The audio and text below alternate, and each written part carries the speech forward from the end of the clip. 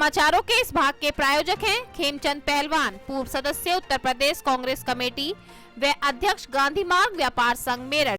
नमस्ते, आप देख रहे हैं एमडी न्यूज। एमडी न्यूज के मेरदर्शन बुलेटिन में आप सभी का स्वागत है। आज के बुलेटिन के साथ मैं हूं निशा।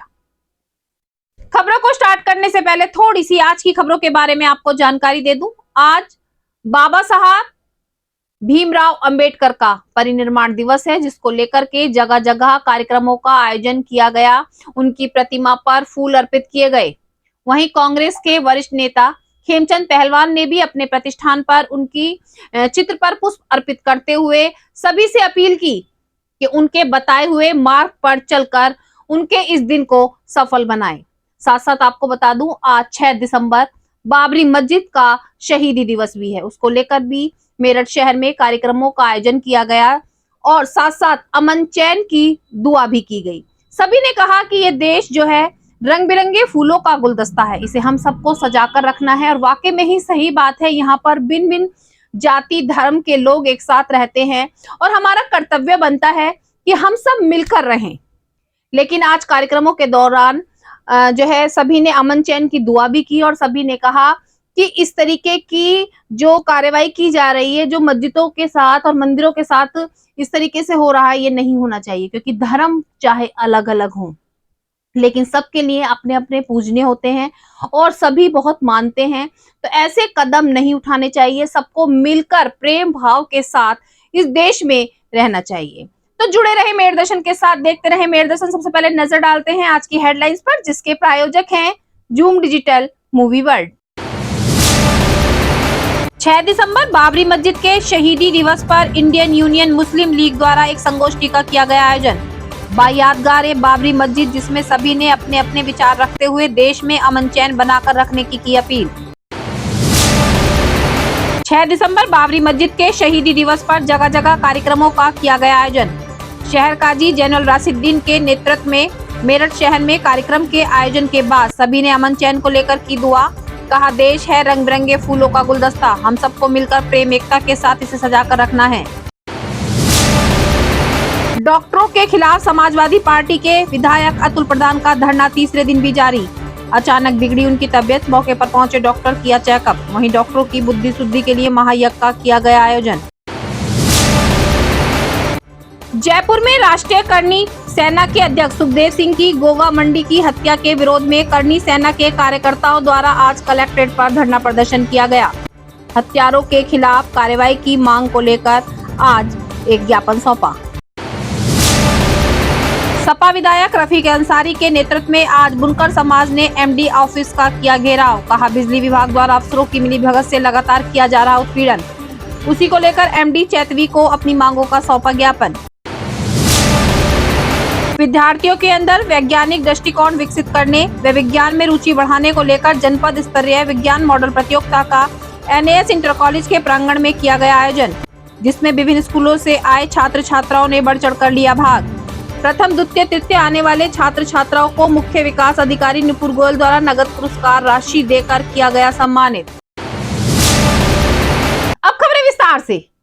सबसे पहले आज मैं आपको उसी खबर की ओर ले चलूं। जी हां, हमारे संविधान के रचयिता बाबा साहब भीमराव अंबेडकर, आज उनका परिनिर्वाण दिवस है, जिसको लेकर के मेरठ शहर में जगह जगह कार्यक्रमों का आयोजन किया गया। और मेरदर्शन परिवार द्वारा भी मैं उनको नमन करती हूँ कि उन्होंने संविधान की रचना की, जिसके कारण आज हम आजादी की खुली हवा में सांस ले रहे हैं और अपने हक के लिए आवाज भी उठा रहे हैं। वहीं आपको बता दूं, जहां मेरठ शहर में जगह जगह कार्यक्रमों का आयोजन किया गया, तो कांग्रेस के वरिष्ठ नेता खेमचंद पहलवान, जो सभी महापुरुषों को उनकी जयंती हो, पुण्यतिथि हो, नमन करते हैं और सभी से अपील भी करते हैं कि ऐसे महापुरुषों को हमेशा नमन करना चाहिए। साथ साथ उनके बताए हुए मार्ग पर चलने का हमें संकल्प लेना चाहिए। आज भी बाबा साहब भीमराव अंबेडकर की जो मूर्ति थी, जो प्रतिमा थी, अपने प्रतिष्ठान में लगाकर उन्होंने पुष्प अर्पित करते हुए उन्हें नमन किया। साथ साथ नमन करते हुए उनके द्वारा बनाए गए संविधान से सभी को जोड़ने के लिए कहा और साथ साथ कहा कि जिस तरीके से उन्होंने कार्य किए हैं, अगर हम उनके बताए हुए मार्ग पर चलेंगे तो शायद अपना जीवन सफल कर लेंगे। 6 दिसंबर बाबरी मस्जिद शहीदी दिवस। जी हाँ, इस दिन को हम में से कोई भी नहीं भूल सकता। 6 दिसंबर बाबरी मस्जिद शहीदी दिवस के उपलक्ष्य में भी मेरठ शहर में कार्यक्रमों का आयोजन किया गया। दुआ पढ़ी गई, साथ साथ अमन चैन के लिए सभी से अपील भी की गई। वहीं आपको बता दूं, जमात उलमा संस्था द्वारा भी आज एक कार्यक्रम का आयोजन शहर काजी जनरल राशिदुद्दीन के नेतृत्व में किया गया। कार्यक्रम के बाद सभी ने अमन और चैन को लेकर के दुआ भी की। उनका कहना था, इस देश में विभिन्न प्रकार के गुलदस्ते में फूल सजे हुए हैं और इन फूलों को हम सबको संजो कर रखना है। ये देश हम सब का है, यहाँ पर हमें धर्म जाति को लेकर बंटवारा नहीं करना है।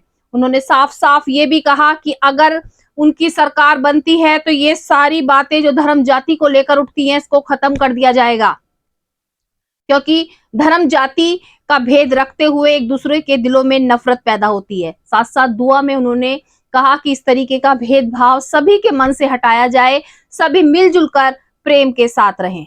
नमाज तकबीर अल्लाह के साथ पढ़ने की तौफीक अता फरमा दीजिए, हमें नाफे वाला इल्म अता फरमा दीजिए, ज़िक्र अता फरमा दीजिए, हम सबको दीन की मेहनत करने की तौफीक अता फरमा दीजिए, हम सबको दीन की मेहनत करने की तौफीक अता फरमा दीजिए।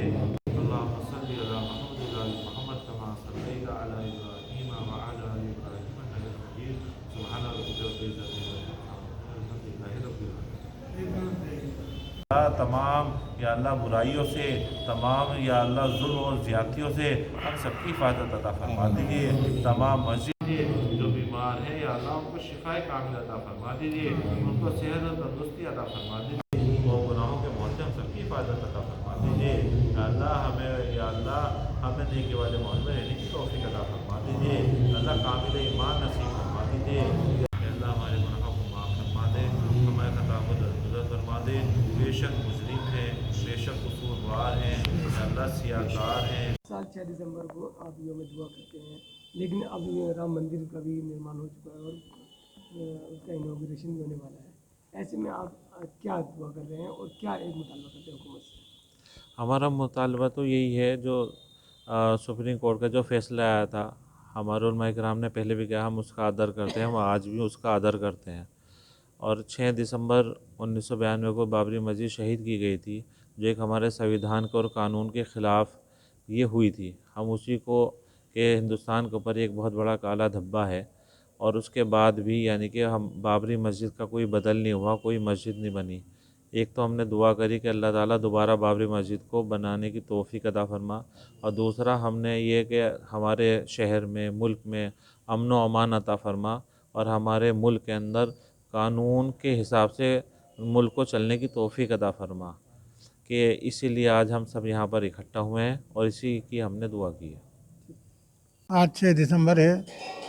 आज के दिन क्योंकि हम इसको काला दिवस बताते हैं, और काला दिवस होने की वजह ये है क्योंकि इस दिन 6 दिसंबर को बाबरी मस्जिद को शहीद किया गया था। इस हिंदुस्तान के अंदर जो सबसे बड़ा कलंक जिसे कहते हैं धब्बा है, वो ये है कि बाबरी मस्जिद को शहीद किया गया था। तो हम लोग हालांकि हुकूमत की तरफ से बारहा हम लोगों ने इसका मुतालबा किया कि इसका कोई बदल करना चाहिए, लेकिन हुकूमत इसका कोई तवज्जो नहीं कर रही और उसका कोई बदल नहीं है।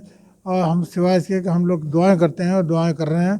इसके साथ ही जहां हम बाबरी मस्जिद की शहादत पर अफसोस का इजहार कर रहे हैं और उसकी मजम्मत कर रहे हैं, और वहीं अब हम मस्जिद और जो इबादत गाहें हैं, हमारी मथुरा की है, बनारस की है जो इबादत गाहें, उनका भी मसला चल रहा है। उसके बारे में भी कहा जा रहा है कि उनको भी शहीद करने का इरादा है। तो हम तो सिर्फ अल्लाह ताला से दुआ ही कर सकते हैं, और उम्मीद है कि अल्लाह ने चाहा तो हमारी दुआएं कबूल होंगी और हमारे हिंदुस्तान के अंदर जो हमारी इबादत गाहें हैं उनका तहफ़्फ़ुज़ होगा, उनकी हिफाजत होगी। यही हमारा आज का दिन, हमारी आज जो हमने दुआ करी हैं, आज का भी दिन का भी हमारा मकसद यही था कि हम हिंदुस्तान के अंदर जितनी इबादत गाहें हैं, हमारे प्रधानमंत्री ने बाबरी मस्जिद के बाद भी जो फैसला आया था, उसके बाद इस बात का ऐलान कर दिया था कि अब आइंदा इसके बाद कोई किसी मस्जिद के ख़िलाफ़ कोई कार्रवाई नहीं की जाएगी। ये बाकायदा हुकूमत ने इस बात का ऐलान किया था। लेकिन इसके बावजूद अब फिर इस मसला बनारस का और मथुरा का कोर्ट के अंदर चल रहा है, और उसमें कुछ इस किस्म की आवाज़ें उठाई जा रही हैं कि शायद इनको भी शहीद ना कर दे, खुदा ना करे, अल्लाह ना करे। यही हमारा आज का मिशन है, इसीलिए हमने आज की दुआ करी है और अल्लाह ताला से मज़ीद दुआ करेंगे कि अल्लाह ताला बाबरी मस्जिद का बदल पेश करे और हमारे मुल्क के अंदर जितनी हमारी इबादत गाहें उनकी हिफाजत करे, मुसलमानों के अंदर आपस में इत्तेफाक, इत्तेहाद, मोहब्बत अता फरमाए और वहीं इंडियन यूनियन मुस्लिम लीग द्वारा भी कार्यक्रम का आयोजन किया गया, एक संगोष्ठी का आयोजन किया गया जिसमें बा यादगार बाबरी मस्जिद को लेकर के सभी ने अपनी कविताओं, अपनी पंक्तियों और अपने विचारों के माध्यम से एक दूसरे को जागरूक किया और सभी ने यह भी कहा कि प्रधानमंत्री द्वारा पहले कहा गया था, बाबरी मस्जिद के बाद कोर्ट का फैसला था कि मस्जिदों के साथ ऐसा नहीं किया जाएगा, किसी भी धर्म का मंदिर हो, मस्जिद हो, इस तरीके के कार्य नहीं किए जाएंगे, तोड़फोड़ की बात नहीं की जाएगी। लेकिन उसके बाद भी लगातार सभी के दिलों में नफरत पैदा की जा रही है। मस्जिद को लेकर के कहा जा रहा है, जैसे कि अभी सुनने में फिर से आ रहा है कि मथुरा में भी मस्जिद को हटाने की बात चल रही है, लेकिन उसको लेकर भी सभी ने यही कहा कि धर्म का बंटवारा ना करें, हम सबको मिलकर इस देश में रहने दें, कोई भी इस तरीके से कदम ना उठाएं जो हिंसा फैले। सभी मिलजुल कर इस देश में रह रहे हैं और सभी ने अमन चैन को लेकर अपील भी की। ये सोचने का विषय है। अभी हम बाबरी मस्जिद की बात कर रहे हैं, अभी नया नगर निगम नई सड़क पे बनाया जा रहा है, उसमें मेयर ने आए हमारी पार्टी से इलेक्शन लड़े और हमारी बात कहे तो नामुमकिन सी बात है, कोई बात नहीं करने का, जीतने के बाद भी कोई फायदा नहीं, जिसका जिक्र भी कर सके किसी से भी जाके पूछ लूं, और हम भी क्यों कर रहे हैं ये सोचने का मकाम है। अगर आज मेरठ का महानगर अध्यक्ष ये कह रहा है कि बाबरी मस्जिद हम असल मकाम पर बनाएंगे, तो इंडियन यूनियन मुस्लिम लीग के राष्ट्रीय अध्यक्ष कादिर मोइनुद्दीन साहब भी यही कह रहे हैं। ये कनेक्शन है, ये जॉइंट है, हम साथ हैं।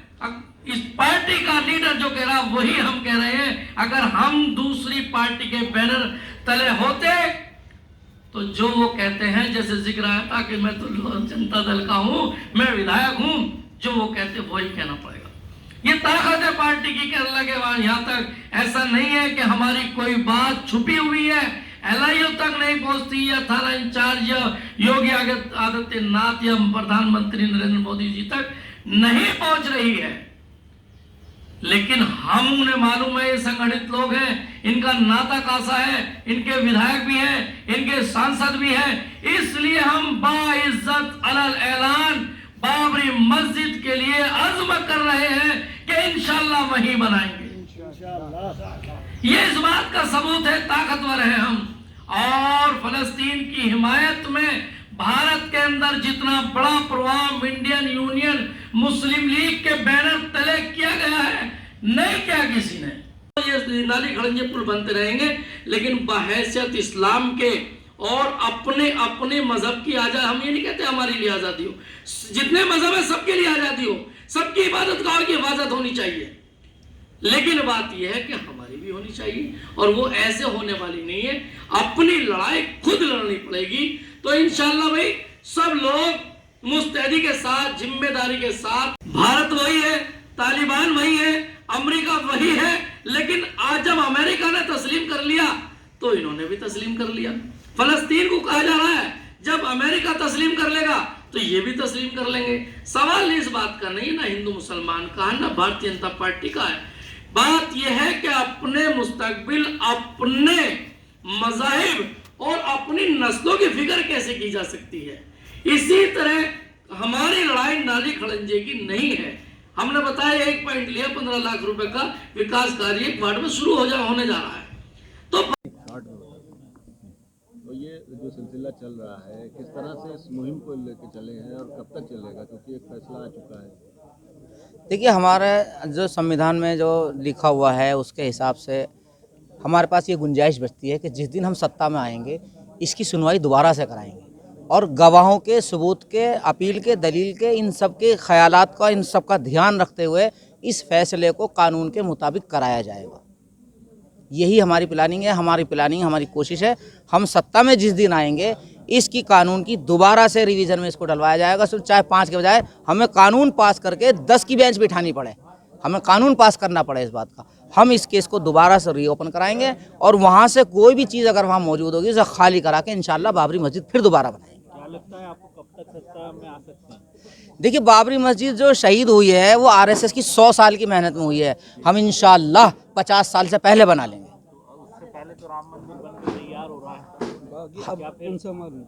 हमने अभी बताया कि जब हम सत्ता में आएंगे उस जगह पर जो भी चीज़ रही होगी उस सब को हटा करके कानून के हिसाब से बाबरी मस्जिद बनाएंगे।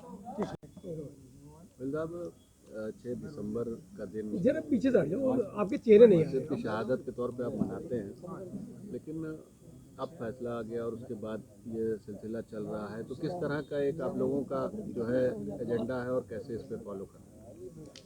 देखिए, सबसे पहले तो मैं ये कहना चाहूँगा, ऑनरेबल सुप्रीम कोर्ट का जो फैसला है उसका हम ऑनर करते हैं, सम्मान करते हैं, लेकिन कोई भी फैसला अचूक तो नहीं हो सकता। जब तमाम शवाहिदात और तमाम सबूत इस बात की तरफ इशारा कर रहे हैं कि बाबरी मस्जिद जो बनाई गई कभी भी उसकी जगह कोई मंदिर नहीं रहा और प्रॉपर्टी वक्फ है, तो इस सिलसिले में सोचना चाहिए था। हम ये मानते हैं कि जब कोई मस्जिद जहाँ बन जाती है कानूनी तौर से वो हमेशा मस्जिद ही रहेगी और वो मस्जिद थी, इंशाअल्लाह मस्जिद रहेगी। और भारतीय संविधान इस बात की हमें इजाज़त देता है कि संविधान के तहत रहते हुए हम अपने जो हुकूक हैं उनकी हुसूलियाबी के लिए कोशिश करते रहें। मेयर दर्शन चैनल के माध्यम से मैं आपको लगातार दिखा रही हूँ कि सपा विधायक, सरदना के सपा विधायक अतुल प्रधान द्वारा धरना जारी है और आज तीसरे दिन भी धरने में पूर्ण रूप से आवाज उठाई जा रही थी। डॉक्टरों के खिलाफ जो आंदोलन का बीड़ा उन्होंने उठाया है वो अभी भी जारी है। उनका यही कहना है कि प्राइवेट डॉक्टर आम जनता की जिंदगी के साथ तो खिलवाड़ कर रहे हैं, साथ साथ उन्हें लूटने का भी काम जारी है, उस पर रोक लगाई जाए। तीसरे दिन भी जहां धरना जारी था तो वहीं आज उनकी तबीयत अचानक से बिगड़ गई। मौके पर डॉक्टर पहुंचे, उनका चेकअप किया गया, साथ साथ डॉक्टरों की बुद्धि शुद्धि के लिए महायज्ञ का भी आयोजन किया गया। जिन अधिकारों की लड़ाई विधायक जी अतुल प्रधान जी हमारे लड़ रहे हैं साथियों, ये बहुत सराहनीय कार्य है। और मैं कहता हूँ, मैं अपील करता हूँ तमाम समाज के करीब साहब की देन है, नहीं इस चीज की भी हमें आजादी नहीं थी साथियों। जिस समय पर ये अधिकार लेने के लिए बाबा साहब इंग्लैंड जा रहे थे गोलमेन सम्मेलन में साथियों, उस दिन जब की साथियों ये और हमारा जो राष्ट्रीय जाटो महासंघ इसका पूर्ण तरीके से समर्थन करता है। हम पूरा साथ देंगे, पूरे तन मन धन से साथ रहेंगे साथियों। आज बाबा साहब का पुण्यतिथि है, परिनिर्वाण दिवस है। अब बाबा साहब को मैं कोटि कोटि नमन करता हूँ। सम्मानित साथियों, ये सही मायने में जो अधिकार जा रही थी, जिस तरीके से ये मनमानी लूट जो यहाँ चल रही है निजी अस्पतालों में, इसी तरीके से ये मनमानी लूट स्कूलों में चल रही है। आपका बच्चा पूरे कोरोना काल में स्कूल नहीं गया, कोरोना काल में खाने के लाले हो गए, किसी को रोटी की व्यवस्था नहीं हो पाई, किसी के नौकरी तक छूट गई। लेकिन साथियों, उन स्कूलों ने अपने विचार पहले डॉक्टर भीमराव अम्बेडकर जी उसमें रखेंगे, उसके बाद सभी मुद्दों पर ध्यान आकर्षित करेंगे। मैं मंच पे आपको आमंत्रित कर रहा हूं, माननीय नेमपाल गौतम जी। शाम कर लेना, या मुझे वो दे दो, बोतल थोड़ा मंगा लेना, जब आएगा मैं सब। अच्छा, सर्वप्रथम भारतीय संविधान के निर्माता भारत रत्न बोधिसत्व परम पूज्य बाबा साहब डॉक्टर भीमराव अम्बेडकर जी के चरणों में श्रद्धा सुमन अर्पित करते हुए आज आमरण अनशन जो सत्याग्रह ये कहीं भी अपना किसी का भी इलाज कहीं करा सकते हैं, इन्हें कोई दिक्कत नहीं है। दिक्कत है तो हम सब लोग गरीब लोगों की वजह से परेशानी है। इन गरीबों की लड़ाई लड़ रहे हैं। हम सबको प्रधान बनकर उनकी ताकत ये मैसेज पूरे देश में जाए। जय भीम, जय भारत, जय हिंद, जय संविधान। धन्यवाद अध्यक्ष जी। जैसा कि अध्यक्ष जी ने विस्तार पूर्वक वृत्तांत आपके समक्ष रखा है कि इस देश में तो हमें अधिकार संविधान के द्वारा दिए, इसलिए हमें बोलना होगा, आवाज़ बुलंद करनी होगी, क्योंकि किसी क्रांतिकारी ने भी कहा है कि चैन से जीना है तो कोहराम मचा दो। पर चूंकि हम सत्य और अहिंसा के मार्ग पर है और हमने सत्याग्रह को अपनाया है, तो हम डॉक्टर भीमराव अंबेडकर जी के परिनिर्वाण दिवस पर उनका इलाज नहीं वो पता चलता है कि उसे बेचारे को पता ही नहीं चलता कि उसे जमीन बेच करके भी उसे इलाज कराना पड़ता है। और मैंने कई मामले ऐसे आए मेरे सामने कि मरीज मर चुका है और वो डॉक्टर लगातार बिल बनाने में लगे हुए हैं, उसे 2-2, 3-3, 4-4 दिन तक वेंटिलेटर पर रखे हुए हैं। साथियों, ये बहुत जो अच्छा काम जो विधायक जी ने किया है, जो आंदोलन जो शुरू किया है अमृत अनशन करके, ये सही मायने में एक बाबा साहब ने नहीं कर सकते। कमजोरों को पहले शक्ति का निर्माण करना होगा और शक्ति का निर्माण बगैर संगठन के मुमकिन नहीं है। आज विधायक जी ने इसी कड़ी को आगे बढ़ाया है। हम सब गरीब लोगों को, दलित पिछड़े लोगों को इकट्ठा, कमजोर लोगों को इकट्ठा करके एक ये आंदोलन की शुरुआत की है। और ये मुझे उम्मीद है कि मेरठ से शुरू हुई है इस क्रांति धारा से ये पूरा तीसरा दिन हमने की आगे की क्या रणनीति? देखिए, लगातार चल रहा है और हम लोग इसको प्रोटेस्ट को आगे बढ़ाएंगे। ये व्यवस्था परिवर्तन की लड़ाई है, लोग इससे जुड़ रहे हैं और जब इंकलाब आता है तो इसी तरीके से आता है। पहले लोगों को समझानी पड़ती हैं चीजें और उस चीज को आगे बढ़ाना पड़ता है, तो हम लोग इस चीज को आगे लेके जाएंगे, इस लड़ाई को लड़ेंगे। आज ये यज्ञ भी किया गया है। आज ये नौजवान साथियों ने तय कर रखा था कि जो गलत तरीके के डॉक्टर हैं, गलत तरीके से लूट जिन लोगों ने कर रखी है अस्पतालों ने, उनके लिए बुद्धि शुद्धि कराया गया। अच्छा, स्वास्थ्य भी आपका कुछ? हाँ, थोड़ा तो जब तीसरा दिन है तो थोड़ा डाउन रहता है, लेकिन कोई बात नहीं, लड़ाई है। अच्छा, अभी इससे ज्यादा तरीके से लड़ी जाएगी। शासन प्रशासन से कुछ लोग आए आपसे बात? आए थे सुबह एडीएम सिटी और एसपी आए थे दोनों मिलने, तो हमने बताया कि 4 बजे करीब और जो है ये चीज वार्ता होगी। जो हमारे साथी हैं, जो प्रतिनिधि हैं, वो जाएंगे, वार्ता करेंगे। अगर वार्ता सफल होती है जब देखते हैं क्या होगा। लगातार आपको समर्थन भी मिल रहा है? हाँ, क्या बहुत समर्थन है और ये व्यवस्था परिवर्तन की लड़ाई है और इसमें सब लोग तैयार हैं। जो लोग नहीं भी आ पा रहे वो लोग भी, उनकी जो स्थिति है उससे व्यतीत है, परेशानी और दिक्कत नहीं है। कहा जाए आंदोलन अनशन निरंतर चलता रहेगा? हाँ, बिल्कुल चलेगा।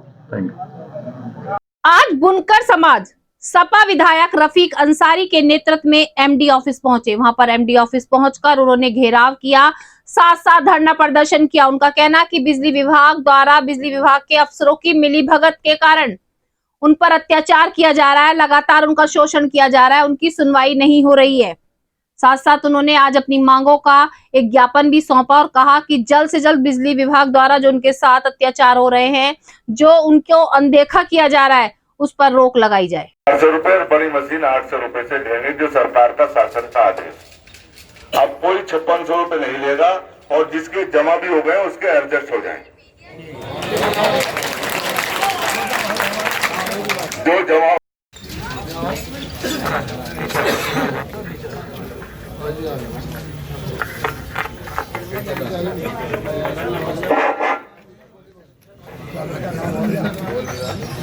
साथियों, हमने आपकी बात रखी है कि मशीनों, छोटी मशीन 400 रुपए और बड़ी मशीन 800 रुपए से देंगे, जो सरकार का शासन का आदेश। अब कोई 5600 रुपए नहीं लेगा और जिसके जमा भी हो गए उसके एडजस्ट हो जाएंगे। जो जमा हो गए वो भी वापस हो जाए और मशीन के हिसाब से आप पैसे जमा होंगे। और 5 किलोवाट तक का है ये। 5 किलो से ऊपर का जो रीडिंग नहीं ले रहे थे, 800 रुपए जमा करने में थे, तो क्या हमारा हो सकता है 700 में का? फोटो खींच लो जरा।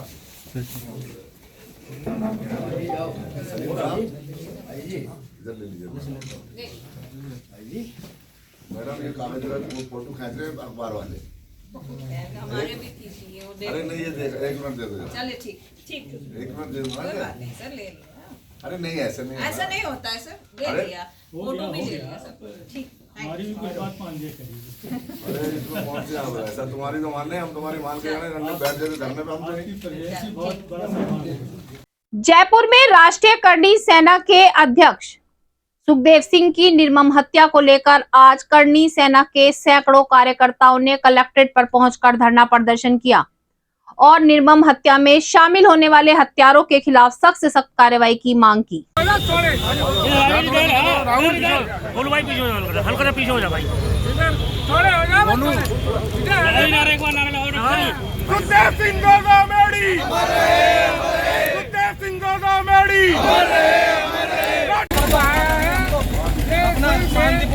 अपना प्रोटेस्ट करना है भैया, सीधे खड़े जाओ। तो अभी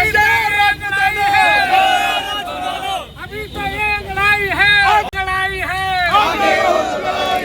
राजपूत हितों का हनन हुआ तो ढूंढ पाएगा सड़कों पर, राजपूत हितों का हनन हुआ तो ढूंढ पाएगा सड़कों पे। नाम है जिला मेरठ के राजपूत महासभा का मैं जिला अध्यक्ष हूँ।